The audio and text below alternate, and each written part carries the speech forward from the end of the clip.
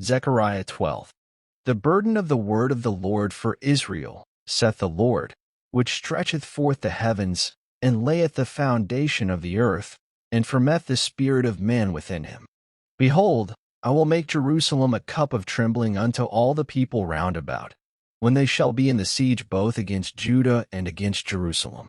And in that day will I make Jerusalem a burdensome stone for all people. All that burden themselves with it shall be cut in pieces, though all the people of the earth be gathered together against it. In that day, saith the Lord, I will smite every horse with astonishment, and his rider with madness. And I will open mine eyes upon the house of Judah, and will smite every horse of the people with blindness. And the governors of Judah shall say in their heart, the inhabitants of Jerusalem shall be my strength in the Lord of hosts their God.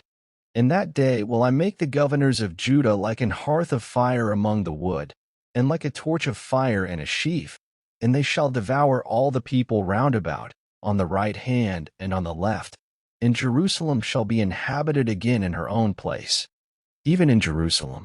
The Lord also shall save the tents of Judah first, that the glory of the house of David and the glory of the inhabitants of Jerusalem do not magnify themselves against Judah.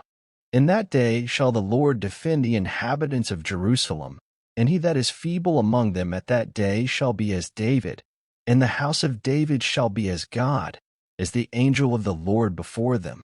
And it shall come to pass in that day, that I will seek to destroy all the nations that come against Jerusalem.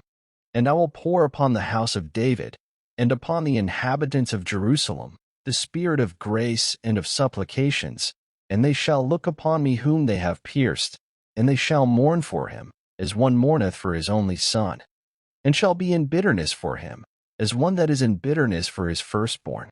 In that day shall there be a great mourning in Jerusalem, as the mourning of Hadadrimmon in the valley of Megiddon. And the land shall mourn, every family apart, the family of the house of David apart, and their wives apart, the family of the house of Nathan apart.